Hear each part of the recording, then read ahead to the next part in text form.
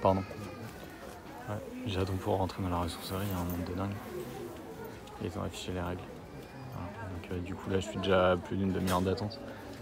La queue elle va jusqu'à la rue. Voilà, ça se tasse un peu, mais quand je suis arrivé il y avait jusqu'à la rue. Voilà. On va voir ce qu'il y a.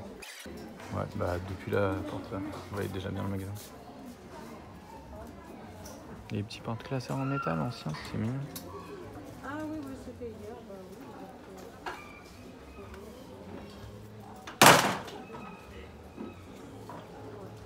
Bah oui, on peut le refaire.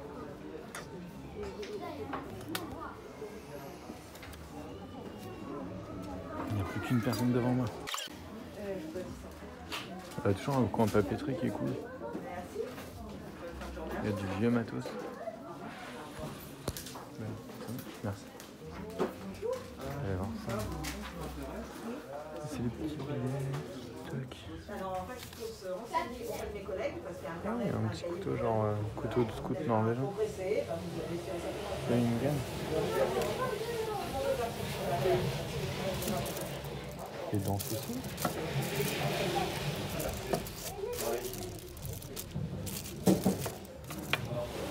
Moi je vais me regarder.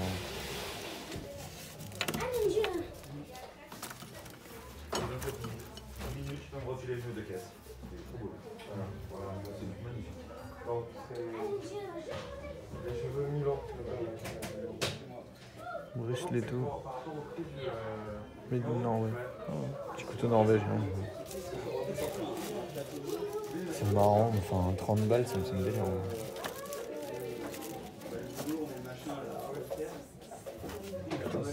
Ah non, c'est pas du bronze, c'est du plâtre.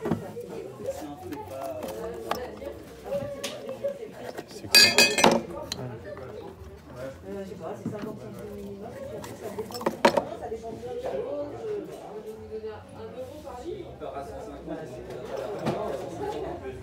Mais oui, ouais, c'est. En fait, c'est. On comprend. Ah, je vais regarder ce que c'est que ça. Une boussole américaine. Je pense que la boussole, c'est une boussole américaine, deuxième guerre, je vais la prendre. Et par contre, ça. Là, on voit bien les stries, c'est un collier en ivoire, donc je vais voir combien c'est, mais à mon avis, je vais le prendre. Voilà.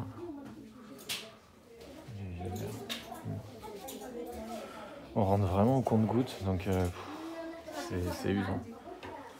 Ouais. Je rallume si je vois des trucs. Il y a un pot en Alsace là, mais c'est pas de l'ancien. Ouais.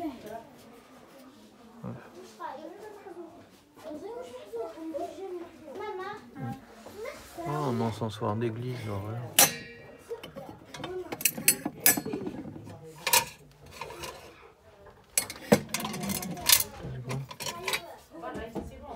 Un petit cendrier nouveau.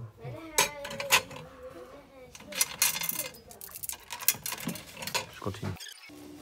Une magnifique malan rose.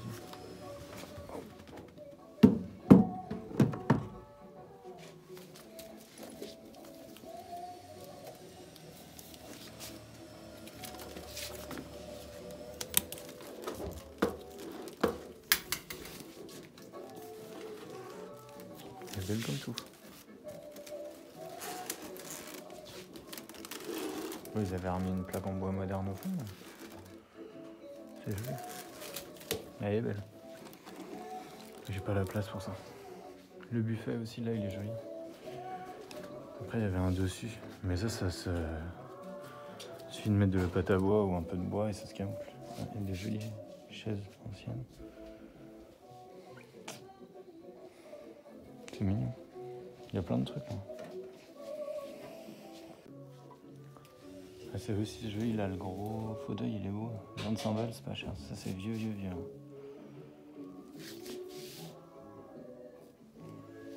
Je sais pas d'où ça vient.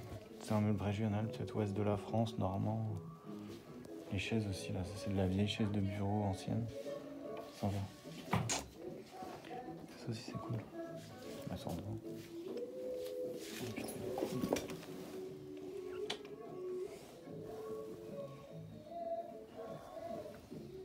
Il est pas cher.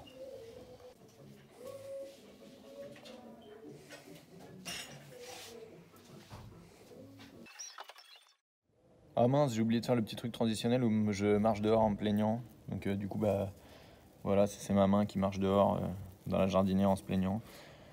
Ouais, bah, franchement, le couteau norvégien, il était trop cher. Bon, à un moment, j'ai failli acheter un petit éventail thaïlandais, mais en fait, le manche, il était pété. Bon, voilà, j'ai laissé des trucs derrière. Et le collier en ivoire, il était juste suspendu avec des trucs en plastique. Mais ouais, je vais faire un débriefing, on verra bien que c'est un truc en ivoire. Voilà, la petite boussole, elle est marrante. Bah, rendez-vous à la maison. Je crois que t'as le doigt sur l'objectif, là. Non. Ok, donc débriefing. Alors, j'ai acheté ça. Tu peux zoomer dessus, s'il te plaît? Oui, j'ai une petite assistante. Donc c'est finalement, j'ai regardé sur le chemin du retour sur internet, c'est une boussole américaine de la Première Guerre mondiale.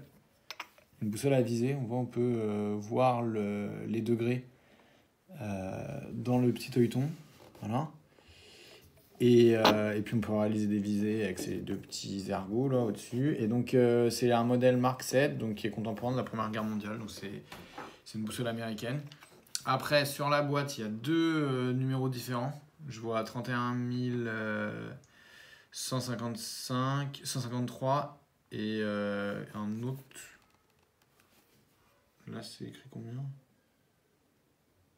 Ouais, là, je vois. Oui, et 31 000. Je sais pas, 133. Enfin, il y a plusieurs numéros de matricule.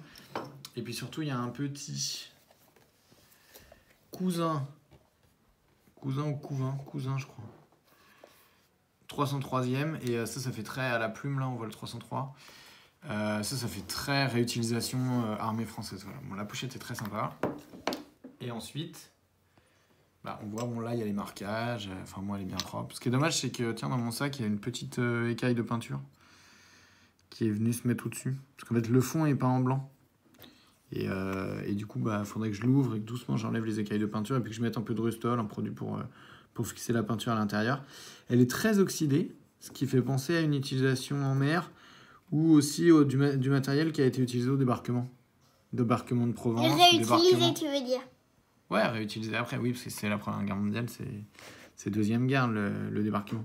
Mais du coup, c'est pas impossible, ou qu'elle était en Indochine utilisée. Enfin bon, bref, à mon avis, c'est une boussole qui a une vie assez compliquée, mais enfin bon, 10 €.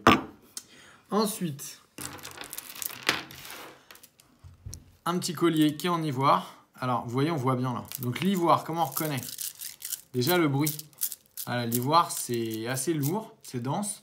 C'est de l'émail dentaire, donc en fait, c'est très brillant. Il n'y a pas de petits points noirs, c'est l'os qui a des petits points noirs. Par contre, est-ce que tu arrives à voir mon cœur? Vous voyez les... Regarde, sur une des perles. On voit des petites stries qui sont croisées, qui sont toutes irrégulières. Et en fait, c'est les différentes couches d'émail de la dent. Puisque les défenses d'éléphant sont des dents en fait, hein, c'est un genre d'incisive qui pousse vers l'avant. Et parce qu'elles ont été polies alors. Elles ont été polies, oui, et puis c'est bien brillant. Mais alors surtout ça c'est très difficilement imitable, ce côté très irrégulier et croisé. Le simili-ivoire, les résines, c'est toujours trop régulier. Alors malheureusement elle est un peu jaunie, souvent c'est les crèmes en fait, c'est les gens qui portaient, les dames qui portaient les colliers et qui mettaient des crèmes très agressives. Après, par contre, il est beau parce qu'il est resté bien brillant. Ouais. Moi, j'aime bien comme ça. Faut pas trop le... Enfin, ça sera pour toi, hein, de toute façon. Et je vous en ai amené d'autres. Voilà. Vous voyez, parce que ça, c'est un autre. Bon, ça, celui-là, je l'ai trouvé en brocante dans Paris. Mais, ah oui, 2 € le bracelet, donc le collier, donc ça vaut le coup. Après, celui-là, il est un peu... certaines perles, elles sont devenues un peu mates. Elles n'ont plus le côté brillant. Je sais pas comment ça se récupère. Ça doit se récupérer, mais en tout cas, je sais pas trop comment faire. Et celui-là aussi est joli, alors là on voit très très bien. Tout ça c'est de l'ivoire ancien. De toute façon l'ivoire récent est interdit, hein. Tout ce qui est postérieur à la convention de Washington, donc c'est après 1970 ou 1972. Enfin bon, tous les ivoires postérieurs aux années 70 sont interdits. Donc du coup faut acheter parce qu'il ne faut pas tuer d'éléphants. Alors qu'il reste comme ça des objets en ivoire ancien, c'est toujours sympathique. Mais faut pas tuer d'éléphants. Donc du coup voilà. Après je pense, moi j'en recherche, j'adore les ronds. Et je ferai un grand collier en les remettant tous. Donc soit pour mademoiselle qui est derrière la caméra, soit pour ma femme. On verra, je ne sais pas. Et puis tenez, et alors ça aussi c'est pareil, ressourcerie. C'est un bracelet. Voilà. Et là c'est pareil, c'est de l'ivoire. Alors, il n'y a pas besoin de faire le test du briquet, de brûler avec un briquet ou de mettre une aiguille qu'on chauffe au rouge et qu'on pique. Vous pouvez le faire pour être vraiment, vraiment sûr. Mais généralement, quand c'est dur, quand ça fait un bruit comme ça, comme de la pierre, et que vous allez... On voit, mon cœur, tu as zoomé sur les... Montre bien les croisillons. Tu les vois? Oui. Tu peux. Voilà, et quand on voit ça, voilà, c'est de l'ivoire. Ça, c'est africain. Moi, j'aime pas trop les pièces sculptées. Par contre, les pièces comme ça ou les bracelets tout ronds, je les prends toujours. Et à chaque fois, c'est des petits prix parce qu'en fait, ils sont vendus comme étant en plastique ou en résine. Ensuite, je viens de recevoir ça. C'était dans la boîte aux lettres, là, au retour. Et normalement, c'est une commande de Bon Coin. Donc, du coup, vous le découvrez avec moi. Alors, ça vient de chez Jacques Bisseglia, qui était un monsieur qui était journaliste dans le jazz, gros collectionneur de BD. Et en fait, il y a une partie de ces objets qui ont été vendus sur le Bon Coin. Et j'ai acheté un masque. Le monsieur ne savait pas si c'était ancien ou pas. C'était accroché, c'est ce qu'il m'a dit, dans son bureau. Voilà, c'est couvert de poussière. Tu vois? Et alors, je me fais une collection... Ah ouais, c'est vraiment étrange. Je me fais une collection de vieux masques un peu bizarres. On en a un du Périgord, on en a... Ah oui, mais il y a un petit visage, en fait. Oh là là, il sent le moisi et le mélange de cigarettes. Et du coup, je me fais un... C'est pas du papier, c'est du cuir cru, ça. C'est un velin. On le voit bien? Donc ça ira avec le masque népalais. Regardez, il y a un petit nez, en fait. Ah, on le voyait pas du tout. Je n'ai aucune idée d'où ça vient. Ça commence à se sentir dans la pièce. Ouais, il pue. Oh là là, il est plein de poussière. Tout ce que j'aime, quoi. Alors, Jacques Bisseglia, il est connu pour avoir voyagé beaucoup aux États-Unis. Est-ce que c'est américain? Peut-être Alaska? Est-ce que c'est africain?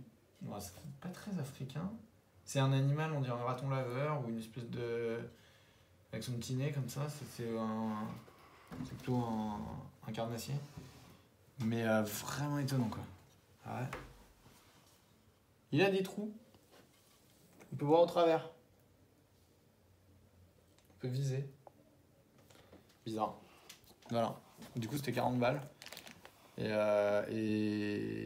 a un petit... Bon, le parchemin, c'est un peu déchiré, mais en fait, ça se rétracte, ouais. Bien rouillé. C'est des clous, pas non plus, à mon avis, c'est 20e siècle, mais... Oh là là, il y a des bêtes confondues dessus. Mais c'est pas jeune, et puis c'est très joli. Bon, bah, je suis bien content. Voilà. Ça ira avec les autres masques. Bah, t'as qu'à appuyer sur pause, tiens, je peux aller montrer un autre. Bon, ne mets pas ton doigt sur l'objectif, mon cœur. Voilà, comme ça. Alors, celui-là, vous voyez, il y a des dents humaines à l'intérieur. Et des clous... Là, c'est du vieux clou. Alors, la différence, c'est que par exemple, là, vous voyez, ça, c'est du vieux clou forgé. Je montre très bien. Attention, ne mets pas les coudes sur le masque. Vous les voyez, les clous forgés, là? La section carrée. Ça, c'est du vieux clou 19e siècle. Avec de la vieille dent. Et là, par contre, on est face à des clous industriels, je pense. Voilà, des petites pointes à tête plate industrielle. Par contre, il est très joli. Voilà. Bon, bah, des petits objets marrants. Ça marche.